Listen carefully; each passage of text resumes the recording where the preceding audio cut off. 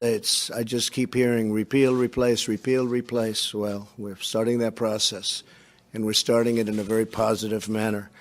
And I can say when you get Rand Paul on your side, it has to be positive. That I can tell you. Boy. Rand.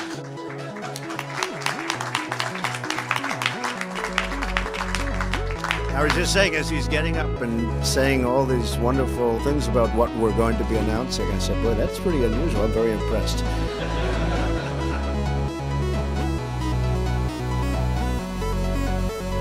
You're listening to The Devil's Advocate, where we talk about news and current events. I'm your host, Brandon Condict. And I'm also your host, Mitchell Hernandez. Our goal at The Devil's Advocate is to provoke thought by introducing viewpoints and information that isn't readily available in the mainstream media. It's in truth a conversation where an independent liberal, like myself, and an independent conservative, like myself, can share different viewpoints without the typical disdain for one another we see all too often in politics. So with that, let's get started. The White House announced last night that it will end government subsidies for health insurers. That follows a move by the president to bypass Obamacare rules and help employers buy cheaper insurance. The government has paid billions to reduce Obamacare costs for low-income Americans. The White House called those subsidies a bailout of insurance companies through unlawful payments. Democratic congressional leaders Chuck Schumer and Nancy Pelosi responded in a statement saying, quote, millions of hardworking American families will suffer just because President Trump wants them to. Nancy Cordes is on Capitol Hill, and Nancy, the president is following through on a pledge he's made for a few months now. That's right. And each time he's made that threat, Republican leaders here on Capitol Hill have actually talked him out of it because they fear that it will drive up premiums and even lead some insurers to sue the government. But now that they have failed to pass any kind of replacement for Obamacare, it appears that the administration is taking things into its own hands. All right, and welcome back to TDAP. Let's see. Before we get started this week, we have a couple of things to touch on from last week. First of all, I said surprises were coming this week, and that was a damn lie. I am a liar. What we were supposed to do this week was we were supposed to have friend of the show Dan on to give us his perspective on some stories, and then at the last minute I had some family stuff come up that I couldn't do it. I couldn't dodge it, couldn't get out of it, and that's okay. So we had to kind of rearrange the scheduling. So hopefully we'll get Dan on the show here in the next week or two. We'll try to work around his schedule for that. So that was one surprise you're not gonna get this week. Subject number 2.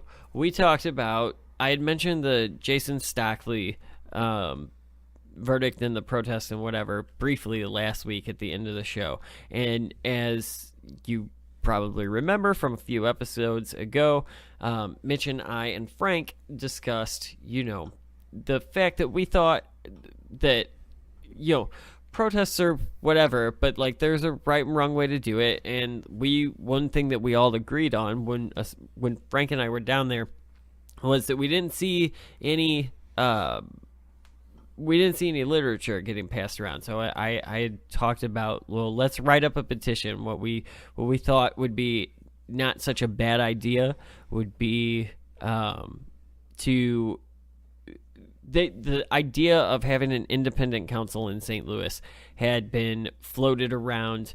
We'd heard murmurs of that as far as police-involved shootings go. And I think you and I both agree that that wasn't a bad idea. Right.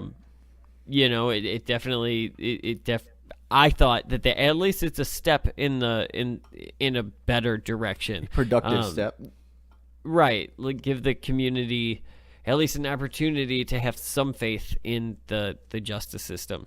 So after we had talked about writing a petition, it looks like I don't know if it's the St. Louis DA or the prosecutor in St. Louis has now brought this up at a city level, and it looks like the Board of Aldermen are being asked for, what is it, $1.3 million to hire 5 lawyers, or I don't know the exact numbers, but it was like 5 lawyers and 3 prosecutors and several detectives or something like that, so that they could basically form an independent commission to look at police-involved shootings in St. Louis. Right. I think that's a great idea. I think that Frank and you and I can all kind of agree that that's a good step in the right direction. So, that being said, now, instead of us having to do all the hard work, since she's decided to do it for us, in the links to the show, you will find a list of the phone numbers for the St. Louis Board of Aldermen. If this is something you support, call them and tell them that exactly that you support it, and that you would like to see that money go to that cause or whatever. I don't know if it's something that gets voted on or whatever, but I know the Board of Aldermen has to approve it. So I will put the story and the links to the show. I will put the their phone numbers and their, all of the state available information I have for the Board of Aldermen in the comments. And I would implore you, if you think that this is a good idea, to call. And if you think it's a bad idea, call. Like, you have a voice too. So I'm not going to tell people how to think, but I'm going to tell you how I think. And for that reason, we're going to go ahead and make that information available in the links below. So, With all of that being said, we have a big week ahead of us, as every week is a big week here at TDAP. And as you could tell from the previous sound bites, healthcare is on the agenda once again. So Right. I'm going to go ahead and let Mitch stop me from rambling on at this point, and you can kind of take over. Okay, so we're going to obviously talk about the healthcare executive order that was signed by Trump this week. Before we do this, I wanted to personally dedicate this episode, which I don't normally do, but I heard the very sad news today that John Dunworth, who is more affectionately known from Trailer Park Boys as Mr. Leahy, has passed away at the age of 71 due to a very sudden illness. So I know a bunch of my friends and everyone else, Mr. Leahy is the picture on my hockey team. My hockey team is named after Trailer Park Boys. It really sad news. So I wanted to personally dedicate this episode, and just, I don't know. I was pretty bummed out with it, and thought that this is at least one small thing I could do to show that he will be missed. So with that being said, I figure we can get into what, I guess, some of the details here on this executive order. So, since most people have been listening to our podcast, obviously, they should know how Congress has not been able to do anything with healthcare.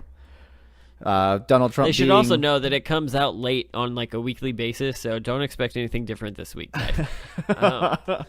That's right. No, but they've been trying to do this for a little bit of time now. Obviously, the Republicans have been promising it for 7 years and not been able to deliver on it. So finally, Donald Trump got fed up and he says, "Whatever, man. I'm going to sign this executive order, and we're going to get some things done." And immediately, as you might expect, you saw a lot of liberal publications and Democrats come out and saying it's terrible. You saw a bunch of conservatives come out and say, "No, wait, this is great." And those of us that are left in the middle going, well, what does it actually do? Turns out not a whole lot. It's not going to revitalize the healthcare system. It's not really going to do much of anything. It seems like it does push your grandmothers off cliffs, though. Oh, it does that. It kills all the old people. Definitely. No, that's not true. It does not do that. But basically what it does seem to do, and which is the biggest negative selling point for, or at least what I've seen in liberal publications, is it stops the subsidies to Obamacare.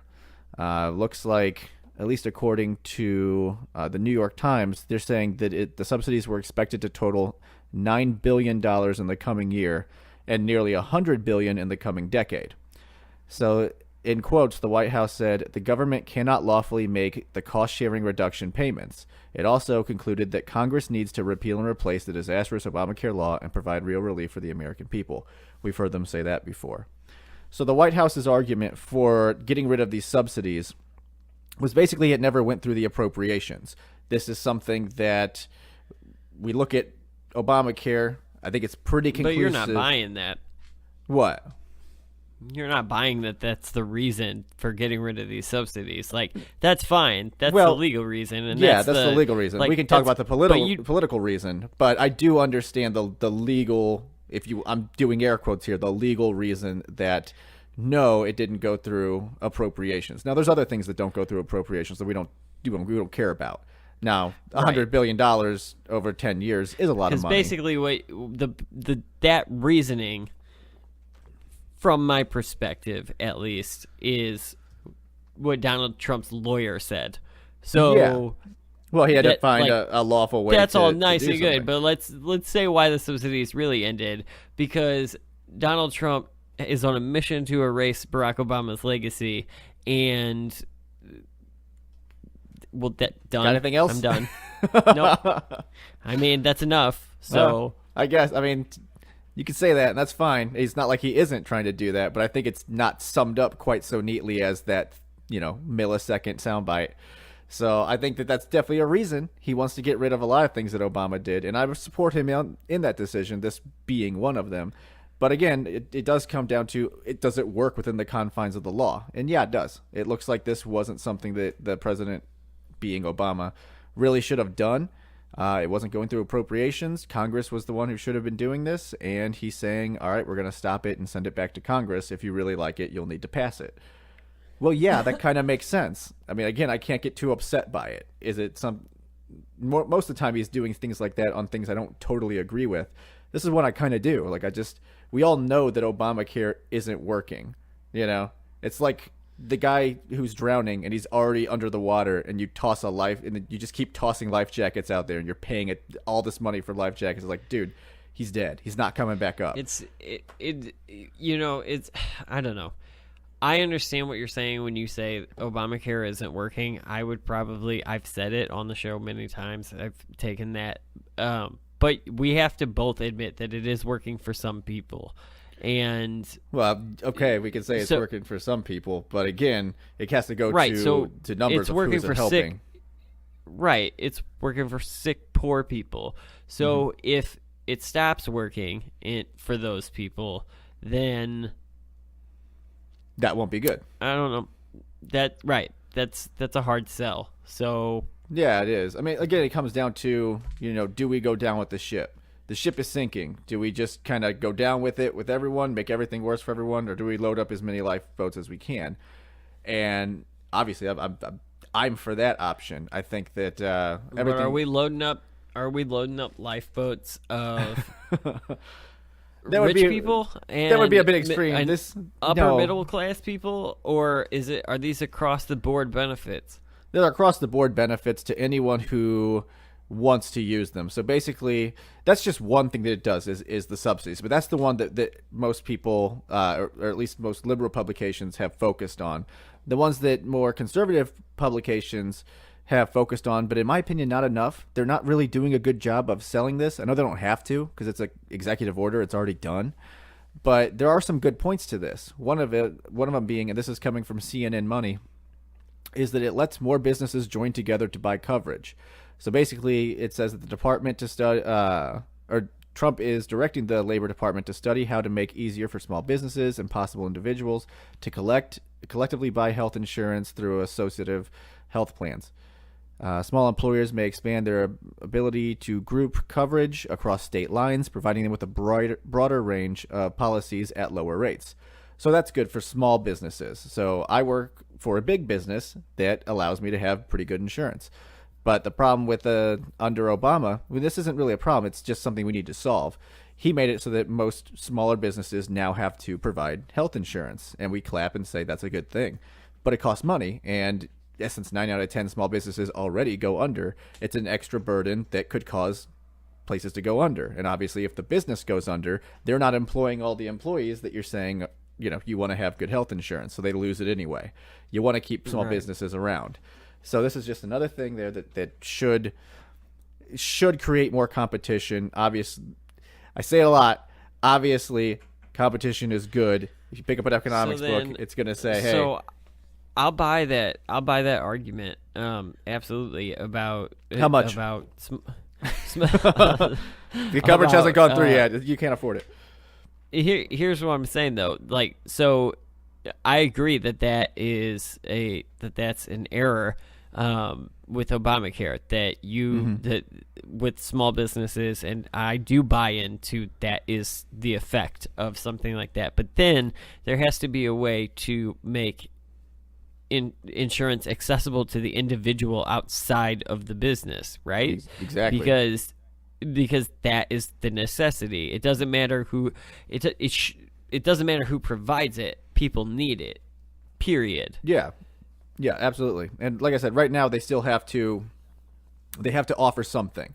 So there has to be some sort of coverage plan that does pre-existing conditions and is considered affordable. Now, obviously, since the bill itself was the Affordable Care Act and everyone's premium skyrocketed, they probably have a loose curve there of what they grade on, but it's supposed to be affordable, an option for everyone. So that's staying the same. This just opens up more options for small businesses in order to go over state lines and just kind of collectively come together to kind of prop themselves up. I do kind of think that just off the top of my head that like the poverty line has to be important to this equation, right? Because if we're talking about how everybody's premiums skyrocket, but this is beneficial to the poorest, sickest Americans. So the poverty line has to play in to this a lot. And if the percentage of people that are poor is greater than the percentage of people who are financially sound or upper middle class or whatever, if there are more poor people, then you would have to think that at least the odds of more people benefiting from Obamacare would be true. Here's the problem with that theory. You assume that everyone poor is on Obamacare. There is a massive amount. You take a look at the people, because you say that people on Obamacare are poor, and you're right. The problem with that is that the percentage of them that are healthy and poor vastly outweighs those that are sick and poor. So this basically opens up more options for people who are poor but are healthy. And that's you're going to help out a lot more people than that. Not everyone who's poor is obviously sick and dying and needs Obamacare. You save it for the people who do. So another thing that it does, but I don't know if you have to be. I don't know if that's a good marker either, because what that argument essentially is that if you're sick, then having insurance should be. I get it, because what you're saying is that like if you're sick, you should be more. Insurance should be more available to you, I believe. But you'll have more options. But if you're healthy and young and you stay healthy, you never incur those large bills that you would have if you were sick later in life from not having access to health care, right? At this moment, you still have to buy, though. So as far as as far as everything I've read, right? But what I'm saying, I get that. But if you're making it, and I understand and I agree that poor sick people should have the most benefit from it, but poor people in general should be, in my opinion, should be able to, or at least not even in my opinion, just the way that I feel like logistically it would work. If poor people by income had more availability to them, then even if they're healthy, they don't later cost you money because they never get sick because they have access to health care. Well, that's not exactly true. Like the problem is that preventive care is great, doesn't stop everything, and especially with the American lifestyle. That's why it's not going to stop everything, but it's like definitely a step. Yeah, it's a step in the right direction. But again, we've tried this before. We tried. You can't leap to where you want to get. Like, yeah, but that's the you have problem. to- There, we that's tried the this very line of American thinking. way of thinking. Is that like we're gonna fix this now? No, we're not. That's what we're saying. That this whole, well, if you just have everyone under coverage, everything will be better. That's the line of thinking that we've tried, and it doesn't work. All that happened is the premium skyrocketed because everyone had to take advantage or had to pay out for the people who were sick and waited until they got sick to buy insurance. And everyone else was either just not buying it, like, or they were just taking the penalty. Yeah. So, or they would have it. And again, it didn't just bring up premiums for poor people, which it did a lot. They had coverage that they couldn't use. So they pat themselves on the back. Obama stood up and was like, hey, we've created more jobs than ever. And then the next breath, they tell you those exact same jobs, they can't support a livable wage, but they pat themselves on the back for it, for job growth for the past 30 months. Same thing with this. They say, oh, look how many people are covered. Good job. And then you look at the people who are actually using them, and it's plummeting because people can't afford it because everyone's premiums are going up. So we've tried that before. This whole, well, let's just make sure everyone's, got coverage. It depends on what type of coverage it is. It depends on who's able to buy it. So the idea with this is that you take these companies and you say, instead of every single plan that you offer having to do pre-existing conditions, you just have to offer one plan that does pre-existing conditions. Obviously, that plan will be higher. Well, that'll need to be subsidized.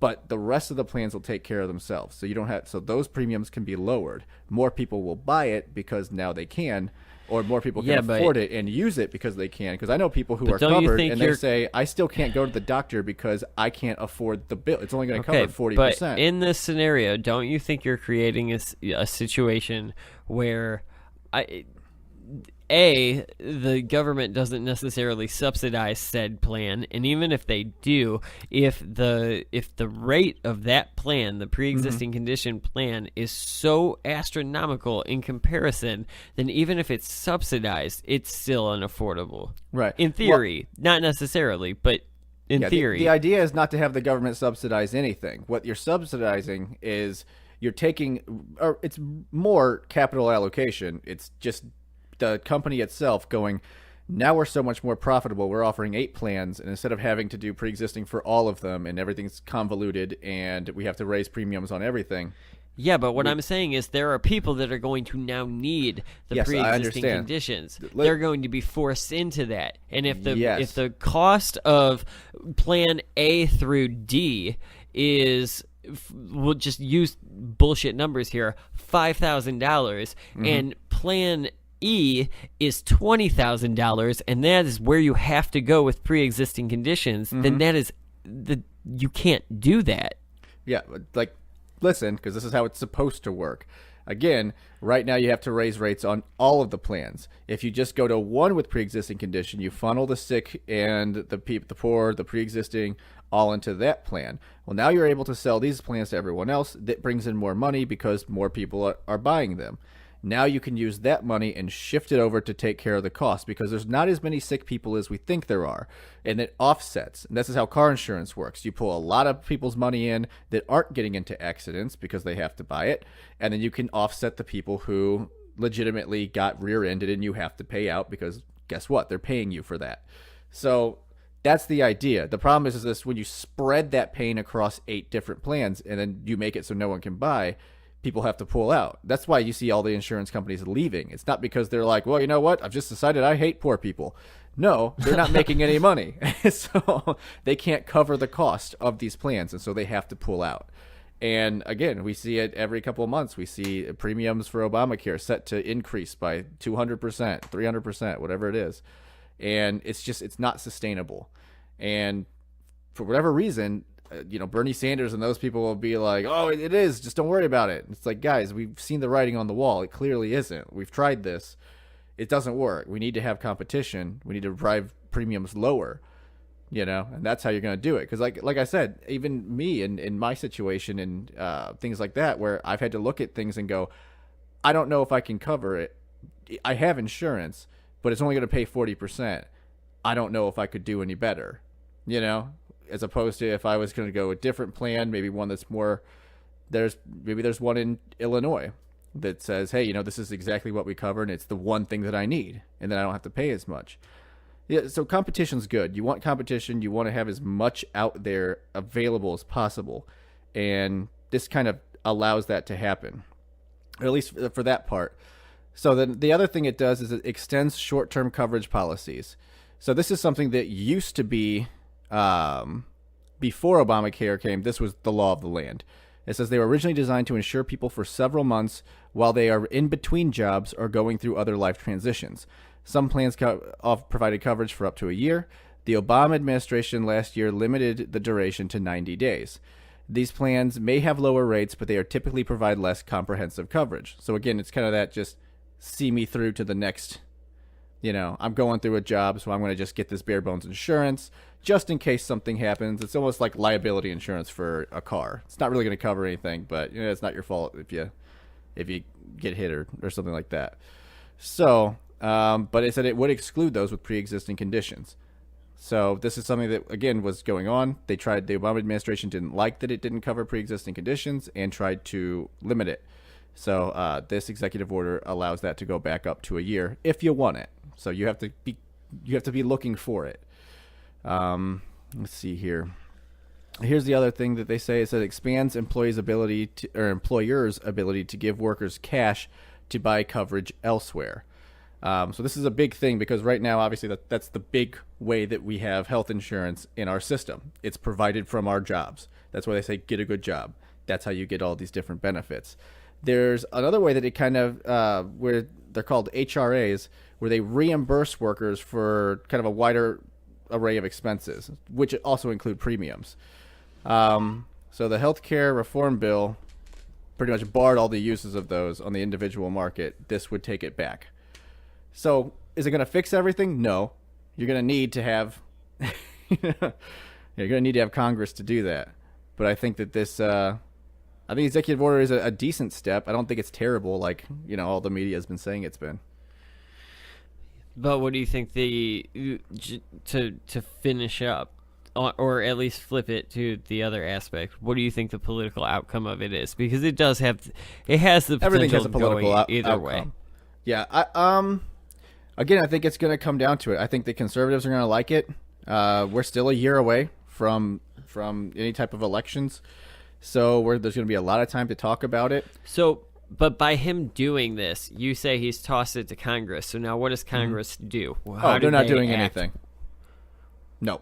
We're not getting any type of health care. Well, I'll say this. This does switch it, because now if we do want to focus on the political aspect, here's the legal, here's what it's going to do. But the political thing is what he basically did was tried to grab the Democrats by the nuts. Now, I don't know if he's got hold of both nuts or if he can squeeze them, but he's trying to grab them. And basically what he was doing...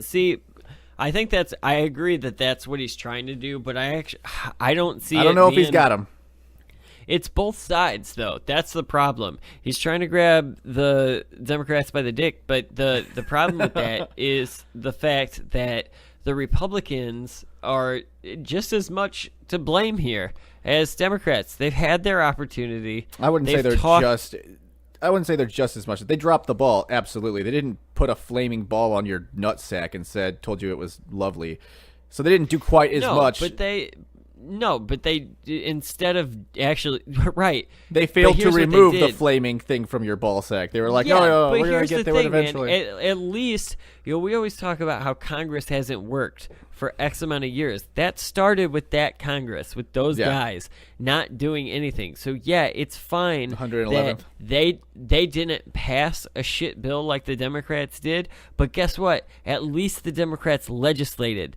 These guys don't do anything except fake vote 68 fucking times on healthcare, where they know it's not going to get passed, and then when they control all of the government, they can't get it done. Complete waste of money. The Democrats did pass a bad bill, like so many other parties throughout time have done. But absolutely. At least they fucking worked. See, I don't know if that's the argument I'd lead with, because that's like coming up and your house is on fire, and then we're focusing on nuts a lot here, but coming up to somebody whose house is on fire, kicking them in the nuts, and like, I'm helping. What do you mean? Like, no, we've had 7 years of kicking dudes in the nuts. We know it's not working. Probably time to stop doing it. Like I said, some people would say that they did help, and they would. People, but, again, I understand that the personal, and we can do that. I mean, both sides can do that, where they can point to individuals and say this is helped. But again, it's pretty conclusive now that Obamacare has hurt the majority of Americans. Premiums for everyone has risen to we just can't do it. There's no way that we can continue with these premium increases. And did we get something good out of it? We did. We started covering pre-existing conditions, but at some point you got to balance it out. And if it doesn't balance it out, it's like trying to take in as many cats as you can. Like, that's really nice. Eventually you've got 50 cats and you can't feed them, and then you die and the cats eat you. and then nothing's good. Everything's bad at that point. So again, like, we did something good. We just overextended ourselves, and there was no damn plan for how to make it better. And again, the Democrats said that they had a great plan. They didn't. The Republicans said that they had a better plan, and they clearly don't. So again, is this an end all, or is this a cure all? No, it isn't. I think it is a step in the right direction. And I think that, I know we've talked about many times before that, Republicans are going to own this. I'm not so sure anymore, because there's nothing to own. What can you say that they own? Obamacare? Well, they clearly don't. There's something, if they passed a terrible bill, which they really wanted to, you could say they own that. I just don't see it.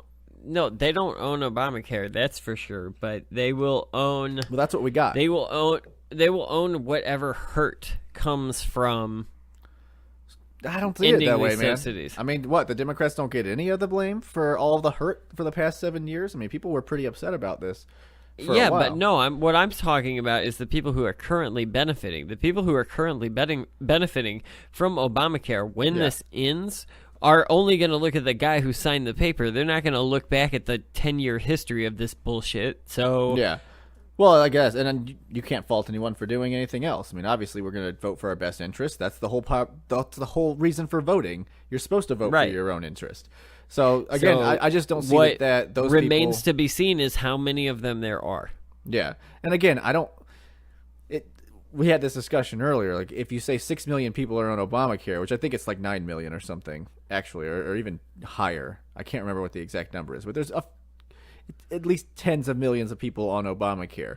Yeah, you could say that, their votes definitely, that's where, we'll see if that's their deciding factor for their vote.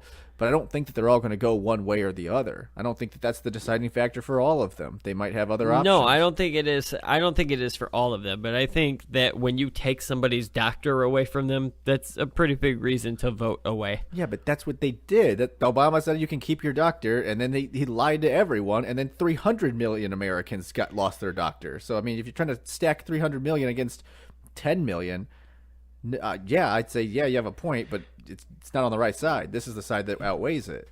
Right. There's more the difference is if those 9 million people who voted whatever way they voted before have their doctors taken away, and they do blame the person who signed the paper, then you're looking at luckily for you, the popular vote doesn't matter, but you're looking at a 4 million vote swing to a theoretical 7 or 8 million.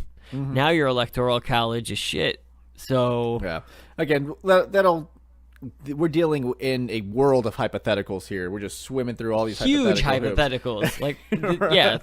So we'll have to see where it goes. But my reasoning stems from the fact that more people are benefiting from this than not.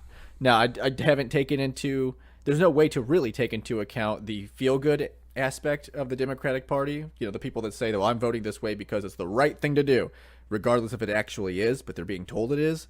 So that's hard to gauge. If you're being told, well, they're just killing all the poor people. Well, I don't like that. I'm not voting for that. So, right. There's no real way to figure out how many people are going to get switched over. But if I'm a betting man, which of course I am, I'm going to say that I don't see this being a big thing. Again, we've got a year until the midterms. There's lots of time to talk this over, to see the benefits of it, to have people allowed to get different health care, more options, and more competition. If we see what we have seen with the stock market, where the thing keeps going up, if we start seeing if we do, but if we see down. If we see the opposite, though, if we see this go bad, yeah, it could. Then we'll see. Then we'll you have to reassess. You're right. So and a year is long enough within rate terms to track it. So same with this. Right. I mean, the stock market's pretty in the moment, and these rates are a little bit less because it's got to go quarterly. But we've got a full fiscal year here, pretty much. Because I think right now is whenever the Obamacare exchange opens up again. I'm pretty sure I heard that earlier. November. That they were. Is it November? Yeah. So they're going right into their fiscal year. So we're going to have a full fiscal year's worth of data to take a look at. Data, as Hillary Clinton would say. But so I don't know. I guess we'll see. But what I took from this segment was that if you like Obamacare, you are going to die and your cats will eat you. So that's the only thing to take away, man.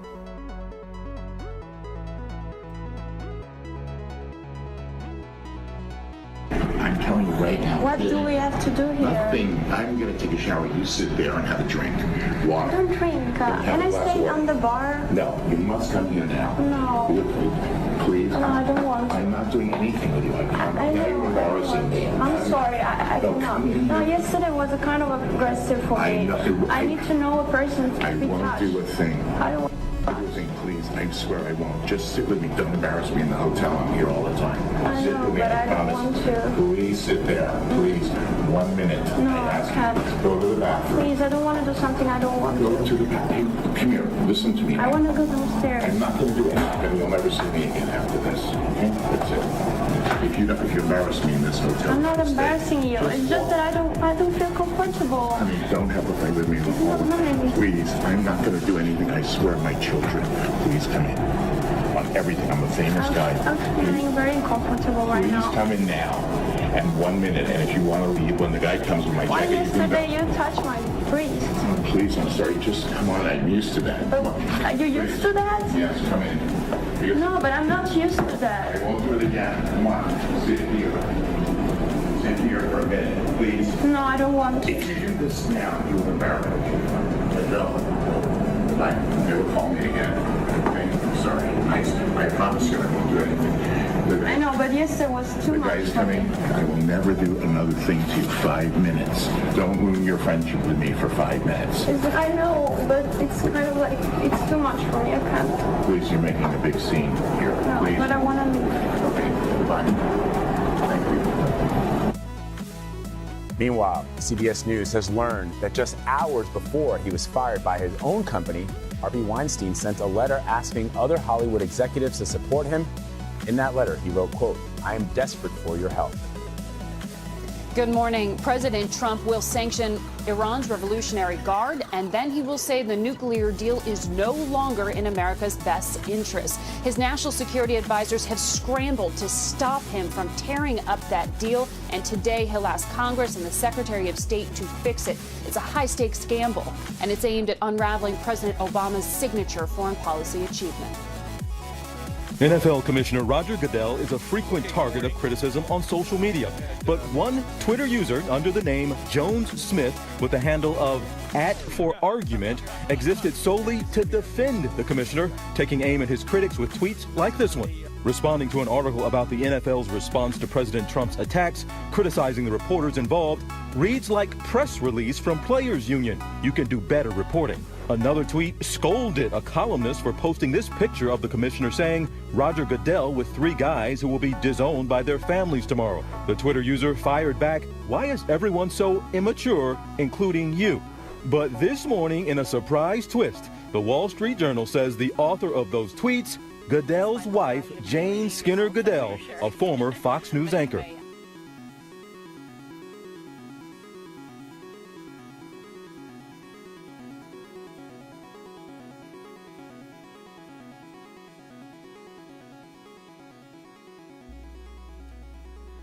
All right, and we are back. So we are going to just jump into the rest of the week now because of our ridiculous recording schedule this week. Right. You know, we don't We don't have 2 hours for you, okay? Jeez. God. Anyway, we'll start off in this bit with the biggest social media story. Pedo-ass Harvey Weinstein. Holy shit. Like, what the fuck, man?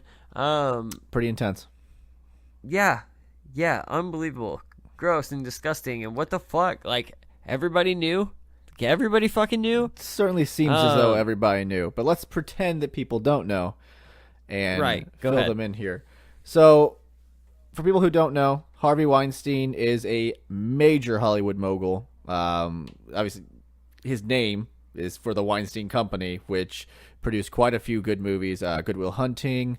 There was a ton of them, especially in the 90s that he produced, and even now into later times. He's a pretty massive figure. Meryl Streep has called him a god in her acceptance speeches. Multiple people have credited him in their Academy Award acceptance speeches. He has multiple Oscars of his own, doesn't he? I couldn't tell you the exact count or anything, but I know that he's a big deal. And yeah. So for everyone else who doesn't know as well, over this past 30 to 40 year career, he has been using his position to take advantage of women. At least I think it's been all women. I haven't heard any other accusations made against him. But there's been just a mountain, just a huge mudslide of allegations that have come his way after, I'm trying to think of who the original one was. It Rose Mc... I can't think of her name right now, but she was an actress who basically said, no, I'm not staying quiet, and started talking out, and it just snowballed from there, and basically he got exposed. We say exposed, but again, a big chunk of this discussion is going to be on how much people knew and talked about it and joked about it, and it just seemed like it was common knowledge. You had Angelina Jolie. She came out and basically told everyone that she was working with that, don't work with Harvey Weinstein. I can't remember what movie she was working on with him, but he tried the moves on her. I don't think it went anywhere, but he certainly tried. And she said that she made the conscious decision at that point never to work with him again. And every female that she ever encountered, she said, stay away from.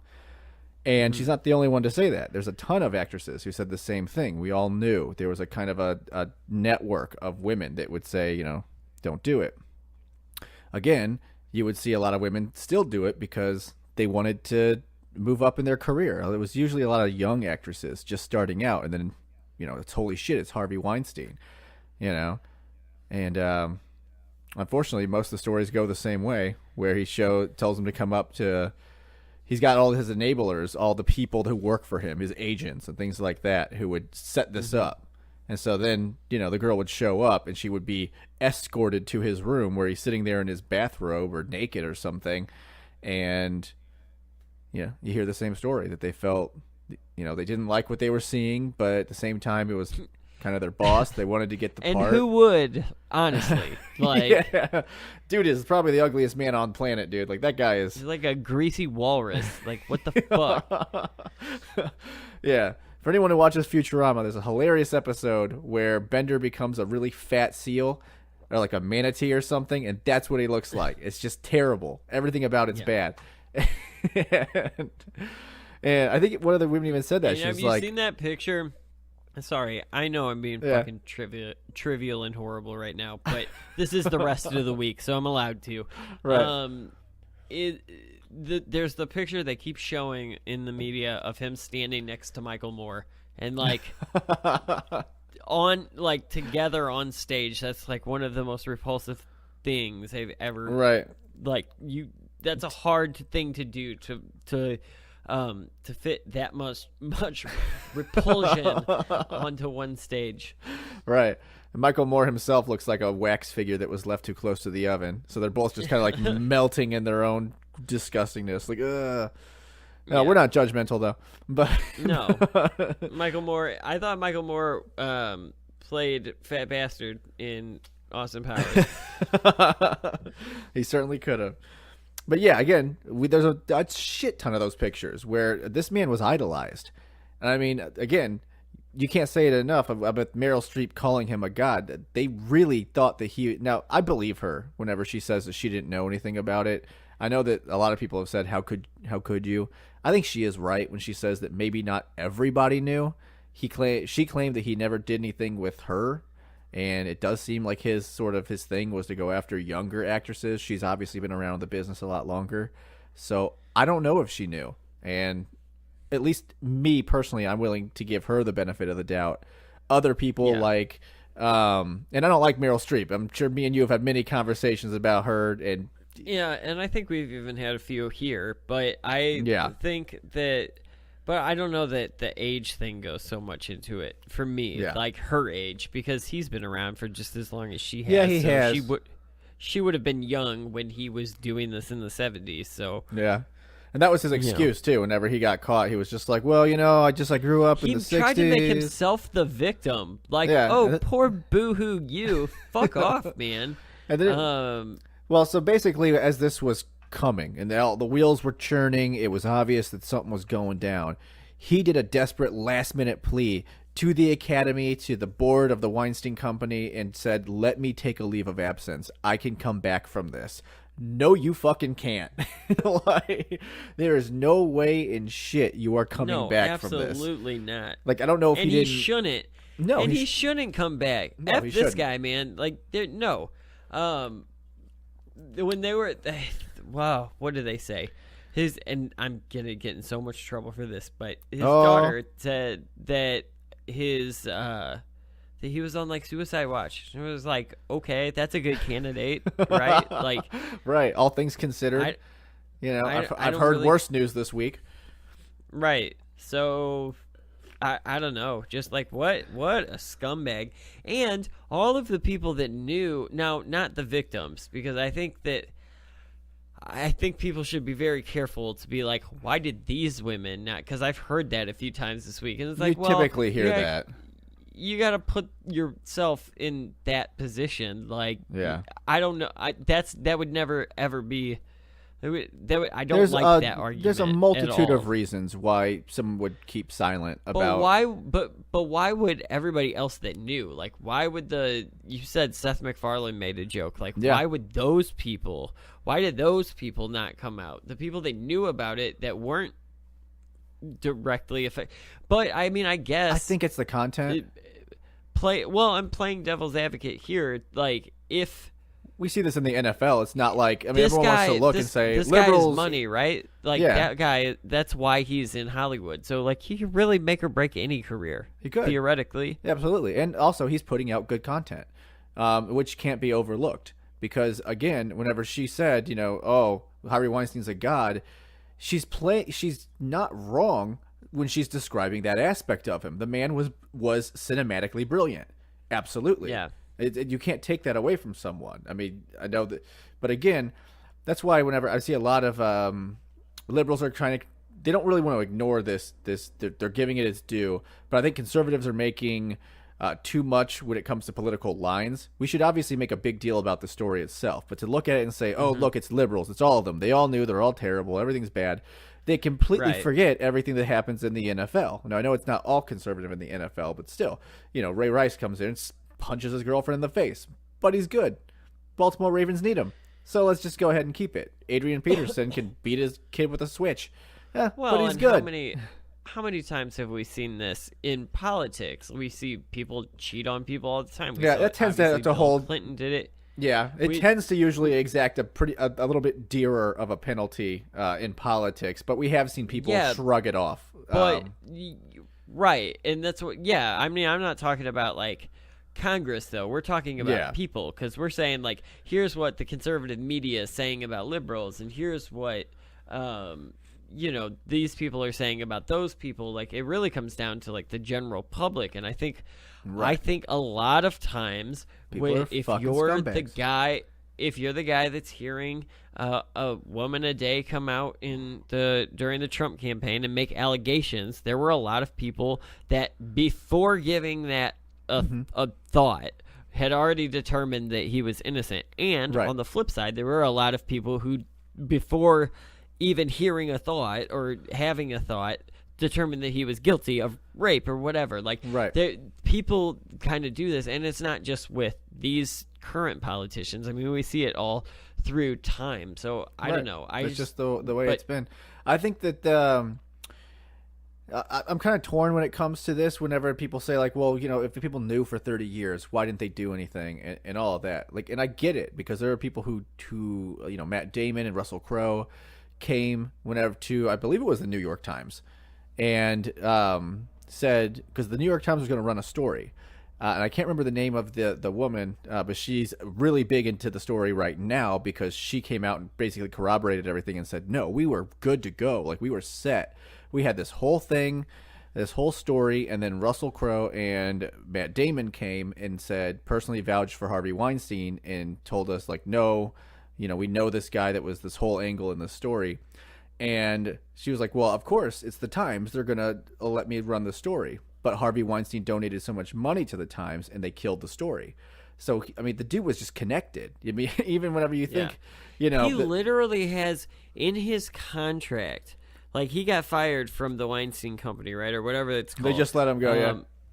Yeah, and he has in his contract that he cannot get fired from his company amidst sexual harassment allegations as long as he pays out settlements out of his own pocket.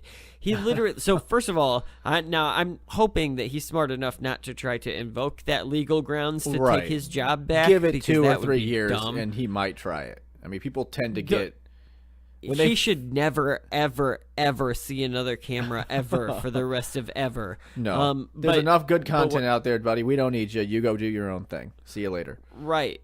Or don't do your own thing, since your own thing is kind of fucked up and disgusting. Right.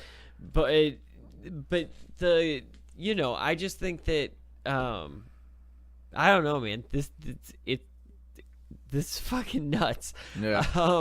That's the way it is. And like I said, I mean, when it comes to shit, if you just look at the New York Times story, you look at everyone else who had tried to come out and say that this was happening, then to him pleading with everyone not to do it, we can all point and say, well, what was it? But it's obvious what it was. It was evidence. I mean, they had basically a woman wore a wire. She was, what was she? Some sort of Italian actress, maybe?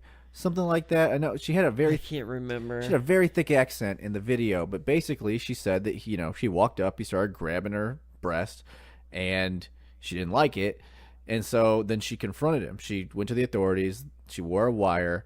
She came in, and, you hear him, and just the nonchalantness in his voice really it really told the story that this is a guy who's practiced. She was like, well, I didn't want you to. Practiced enough to have a clause in his contract that he can't get fired for raping people. Yeah, fuck that guy. Yeah, he was just kind of like, oh, come on, just come in. Let's get out of there. She was like, well, you grabbed me. And he's like, I won't do it again. Okay, whatever. Just get over here. It like, just dismissive while still commanding the situation, still giving her orders. I mean, there's got to be a case study on this guy at some point, because this was like next level shit. Isn't that where he said the thing about, like, well, how do you think these people got their start? Like, yeah. What? Oh my God. But that's the thing, man. You get away with it for so long, it becomes practiced, and you just go on autopilot. And that's what this guy was doing. He was doing it to damn near everybody. Yeah, Claire Delevingne tells the story. For people who don't know, she was the enchantress in Suicide Squad, and she's kind of an up and coming actress as well. And she said that she went to work with him. She showed up. He wanted her to make out with another girl. She didn't want to do it. So then she just started to stand up but she didn't want to leave because that was a big moment in her career. And so she said, "Well, what can I do to get out of this?" So she just stood up and started singing. He got kind of weirded out, and then that was the end of it. But, like, you see people have all these stories about these defense mechanisms and just how to, at the same time, they don't want to leave the situation because, I mean, the guy runs the show. It's basically like saying you're blackballed. If you don't do this, you're just not going to make it, So there's lots of reasons. I don't like the whole thing where people try to blame. There's so many different reasons of why someone would be silent. And there's so many different things. Obviously, now people are starting to understand, sexual abuse a little bit more, or especially in positions of power. Right. Because it's yeah. It's so much more prevalent. Well, I'm not going to say it's so much more prevalent now because it's not. The 70s and the 80s existed. Well, it's. I mean, I wouldn't say it's more powerful. That seems. Yeah, redundant. it's not accepted as much. And obviously, it was the rule, the law of the land at some point. You know, go watch Mad Men. That shit happened. But, right. You know, now it's starting to realize to these older bosses and stuff, you can't do it. Like, I get it. You're in a position of power. And to women, too. Like, we had this conversation where they say, I saw a couple of people saying, oh, it's all men. What? It's just men in these positions. No. Have you not been paying attention to all the teachers who have been sleeping with their students? Like, there's a shit ton of them. Yeah, what is that? Where was that when I was growing up? Like, I think what is going on? I think we're just more connected now. I think this was going on for forever, you know? I just think that you get a position of, yeah, I do. I think you get a position of power. Yeah, that's probably absolutely correct. Yeah, there's more women in teaching than there's more men as Hollywood moguls. That's just the way it is. And they're dinosaurs. They're left over from a different time. And I don't think it'll always be that way. And I don't think there's necessarily anything wrong with it, because I can tell the conservatives like, oh, he's going to bash, men being in positions. No, but I do think that there's more men, so you're probably going to see more abuse towards women in this field. Same with teaching. You're going to see more abuse towards men because they're teachers. So it's bad. It's all bad. But I'm glad that there's one less scumbag walking around now, and I'm sure that there's a lot of actresses Stop now being so goddamn rapey, America. What the fuck? It's not just America, trust me, man. It's been around for a long time. But stop being so rapey, people. All of you people, all you rapers. Everyone. Yeah, but I'm glad he's gone. Obviously, it doesn't fix the problem. Like, you had Corey Feldman come out. He's been coming out for a long time, talking about how, and Tobey Maguire has talked about it too. How, and Macaulay Culkin. Talking about not just the sexual abuse, but the pedophilia aspect of it, to where young child actors. I mean, you had Corey Feldman saying that they were just getting passed around. They were 14 years old. They didn't know what to do, and you realize that you're surrounded by these guys. It's not like we didn't know this was happening. There's lots of people who have come out lots of times, and then over the past coming days, you saw what's his name. Not The Rock, Terry Crews. Terry Crews came out and said the same thing. He said it happened to him last year, that he got fondled by an executive in front of his wife, but he couldn't do anything because he knew that if he attacked the guy, he was going to get in trouble, and he knew that if he tried doing anything else against the guy, he had so many connections. You saw the same thing from James Van Der Beek. Came out and said that it happens all the time. So a big thing going on right now is on social media. You see a lot of women and men as well that are putting the status update of Me Too, and it's just to see if something's ever happened to you, to show the magnitude of it. And I've seen a lot of my friends, unfortunately, who are posting the same thing. It's big. There's lots going on. Luckily, it's having ramifications, and we're seeing. It's not going to fix the problem, but at least we're seeing one guy getting out of there. I know that the same thing has happened to the guy who was the creator of Screen Junkies. He was doing the same thing. They got him out. Amazon? Was it Amazon or was it what was it? I think I heard Uber. Uber, that was it. Yeah. I think there was some. Sorry, Amazon guy, not to put you on blast. Right. Right.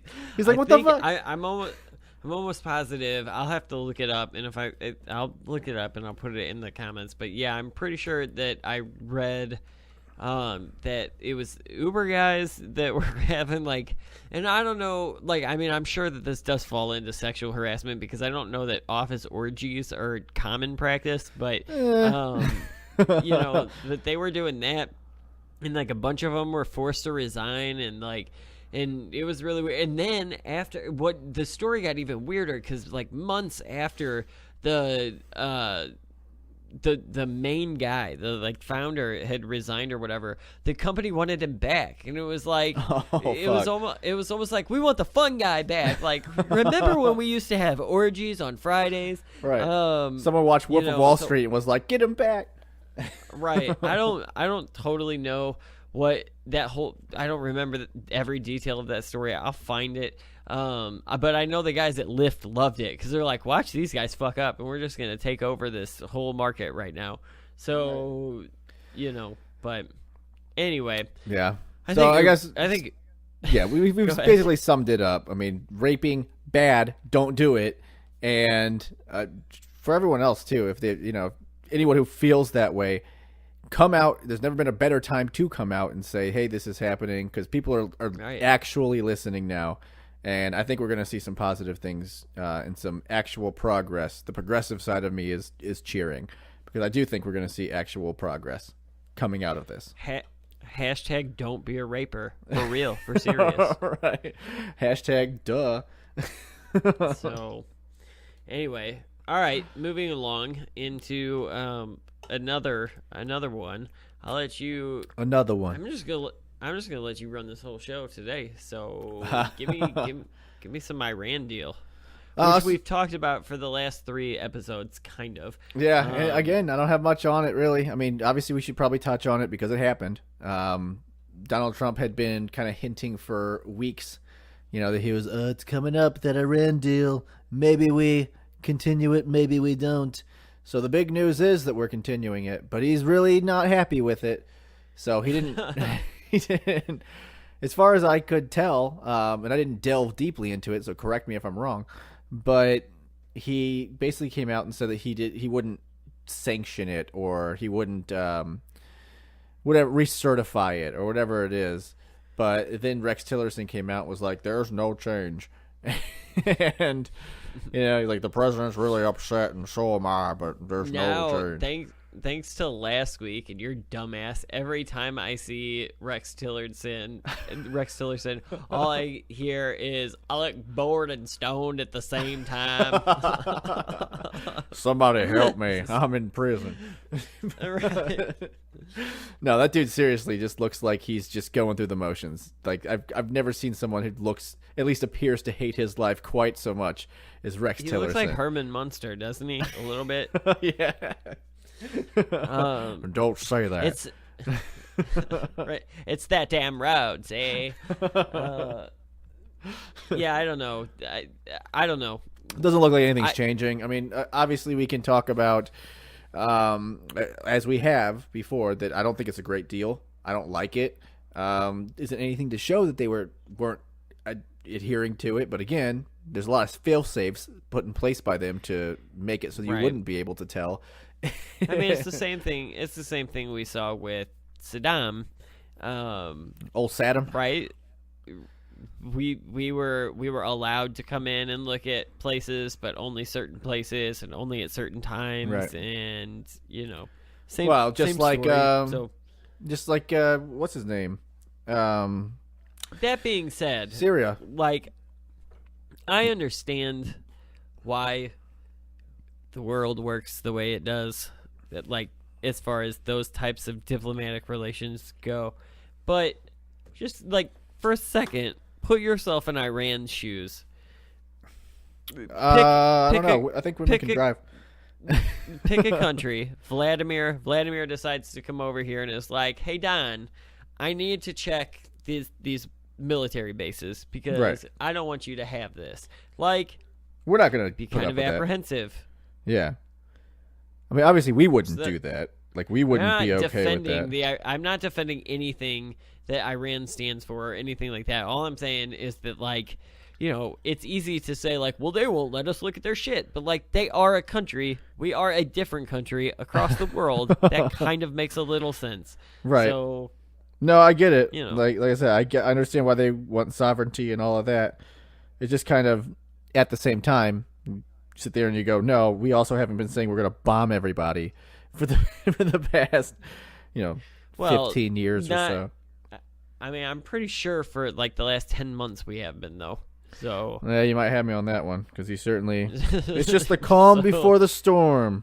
No big deal. Calm before the storm. You know what this is? The calm. Yeah, no. We'll find out. Yeah. So again, all right. Well, we'll see what happens with that. And anytime something happens, we're going to talk about it because it is a big deal. It's a big deal. Right. Anytime that Iran gets brought up, they're, I believe, one of our biggest geopolitical adversaries. Not Russia. And right. Clearly the biggest one is North Korea, but we know China. China. Yeah, China ain't helping the matter, but Anyway, I guess we can move on to.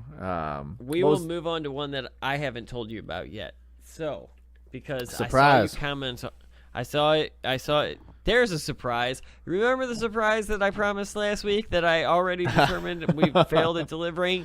Just kidding. This was it the whole time. Surprise, motherfucker. So I saw you actually comment on this I think you might have tagged me in it, in fact. Yeah, on I got a lot of Facebook opinions, so Ben Shapiro. So conservatives got their panties in a twist this week over Eminem saying some things at a rap show. So did you watch that? Did you get a chance to see? I did not. Eminem's freestyle. Okay, first of all, let me set up my Eminem knowledge here for the audience. When I was a kid, Eminem was probably the first. I was an angsty kid, so this is start there, yeah, me right? Too. So I was very angsty. I had a Marshall Mathers record. It was pretty sweet. I want to say that Slim Eminem Shady. came out, or at least like that song, the real Slim Shady, which was the first one I got into off his second on TRL. Yes.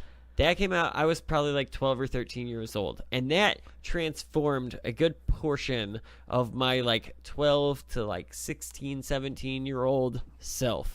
And my parents, I was raised in a very, very Christian Catholic household with 5 brothers and sisters. And my parents, not huge fans of Eminem, not going to lie. And they would tell you why. that.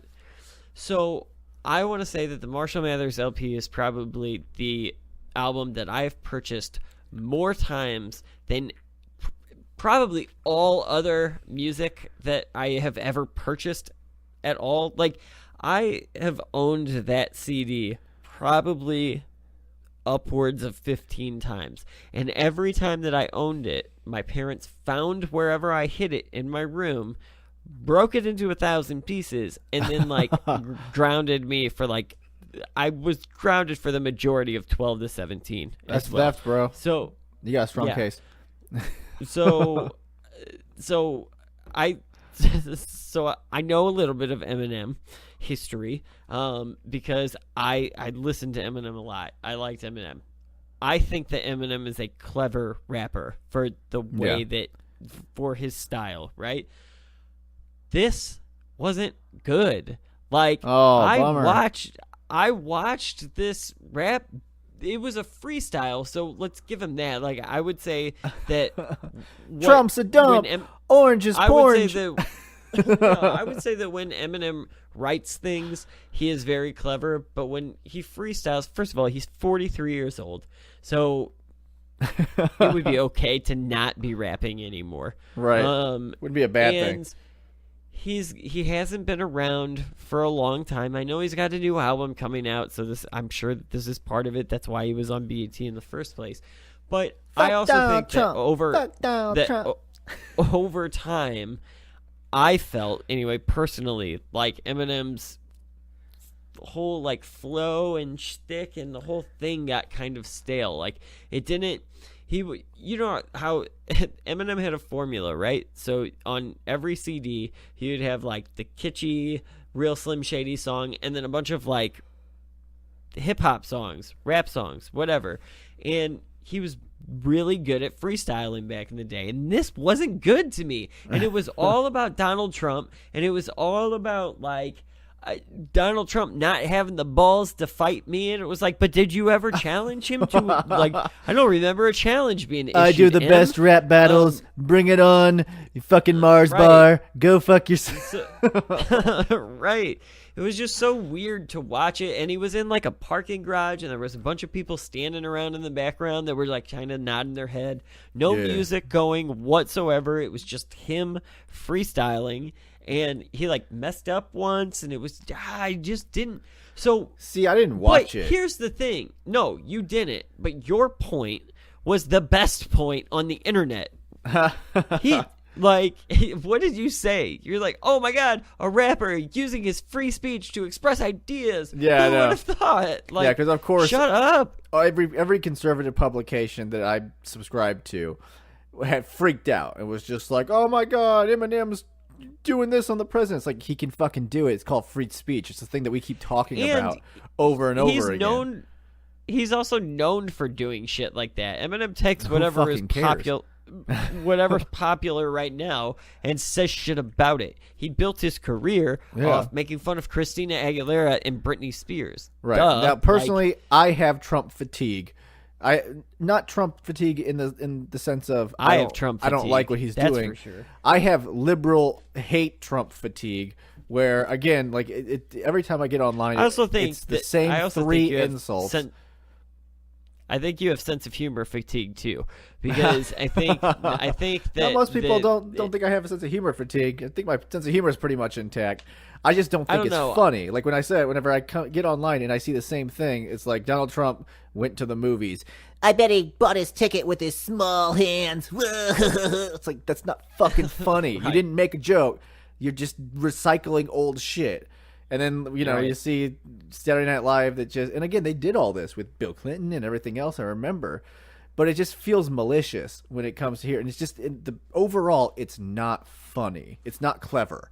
You need to be clever if you're going to make something funny. If you're just going to say small hands, orange, and that's it, and 5-year-old, it's not funny. You need to up your game, dudes. So I don't know what he said. I heard it wasn't very good. You seem to not think it's very good. Yeah. I didn't like it but I didn't judge it based on its politics, because like there was that, and that's why conservatives got mad about it. But I just watched it, and everybody else loved it. Okay, like as far as like that was great, man. Yeah, everybody else loved it. So this is just my opinion, but I'm just saying, as somebody who spent a lot of time listening to Eminem growing up, and I don't listen to Eminem typically now, but if it's on, I'm not going to turn it off. Like I still like those old albums, but I just think that like I've seen him do better. So to me, this wasn't anything. Like it was do you remember the song he did on? It was later in.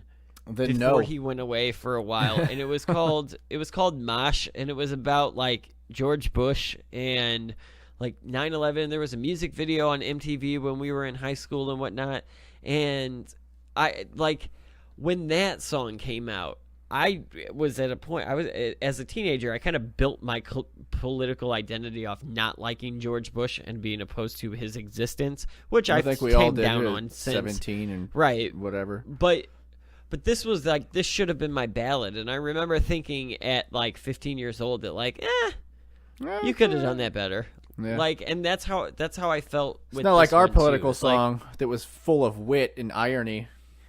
Oh, that was so good. And it was full of clever lyrics too. And competent incumbents, you try to write a better line about politics. That's all I'm saying. So we'll be singing Santorum who? And then That's a reference that no one understands except for friend of the show Dan, who was at all of the shows, but that we wrote back. Don't worry, guys. The elections are coming up. We'll write another one. There's got to be another. But we've said that for a couple of years. Don't promise things that we can't deliver. Oh, I'm promising. I'm setting it. I'm putting it up. Putting a contract on. All right, that's fine. Let's get it done then, I guess. But that was interesting. We'll write another one. It sucks though that it won't be. Well, I guess it will. There will be a shit ton of candidates. So, primary time. Oh yeah, that'd be good. That'd be good. No, it's like when I can write an 8-verse song, one candidate apiece. Verse, one candidate per verse. Anyway, all right. Last story.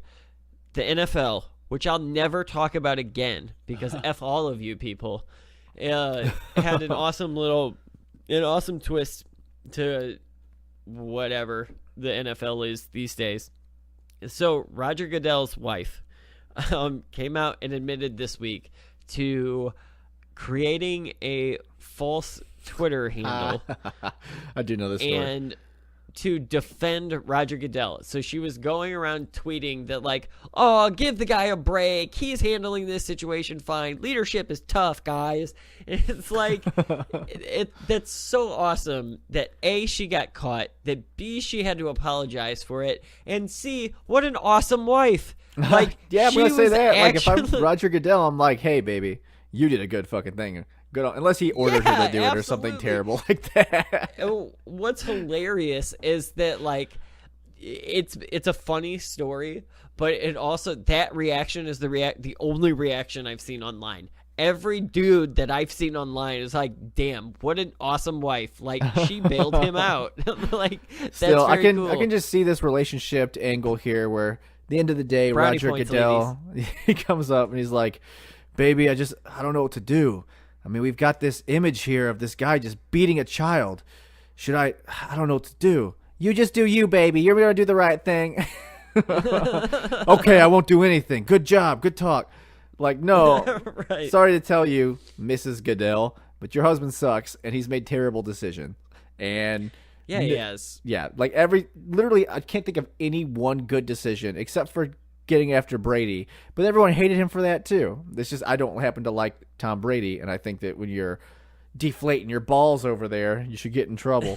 I was so trying to work a ball deflating joke in. You have no idea how long I was thinking about it right there. Yeah. Well, just take it from him himself. Yeah, I check my balls. I check my balls. I feel my balls. The balls feel good. The balls Right. feel good. I'm just But kidding. didn't Goodell go back on that too? Didn't he? No, he suspended him for like two or three games. And whenever he showed up, I think the wasn't very it first supposed game to be like this year. 8 though?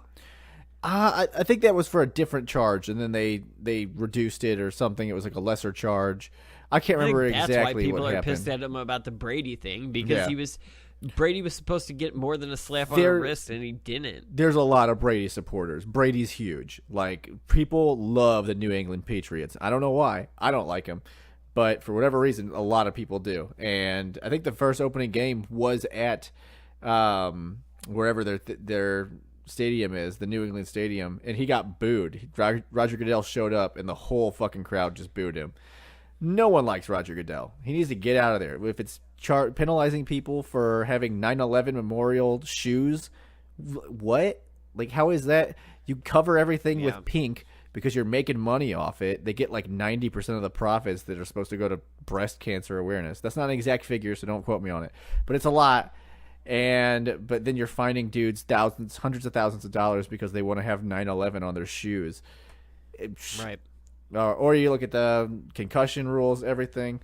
Clearly, I'm the football watcher here, and I got some issues with Mr. Roger Goodell. So Right. it's good he's got a and wife. I just can't He's turn gonna- it on because all of those people won't stand up. So just stand up.